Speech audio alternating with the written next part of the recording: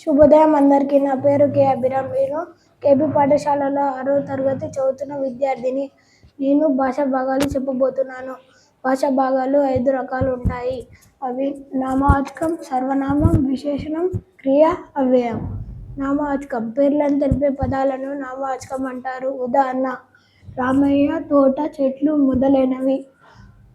సర్వనామం నామవాచకం బదులుగా వాడే పదాలను సర్వనామం అంటారు. ఉదాహరణ: వాడు, ఈమె, నేను మొదలైనవి. విశేషణం నామవాచకం యొక్క కానీ సర్వనామం యొక్క కానీ గుణాలను తెలిపే పదాలను విశేషణం అంటారు. ఉదాహరణ: ఇది ఎర్ర గులాబీలు.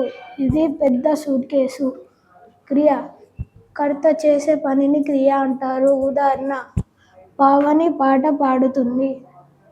అవ్యయం లింగ, వచన, విభక్తుల చేత మార్పు చెందని పదాలను అవ్యయం అంటారు. ఉదాహరణ: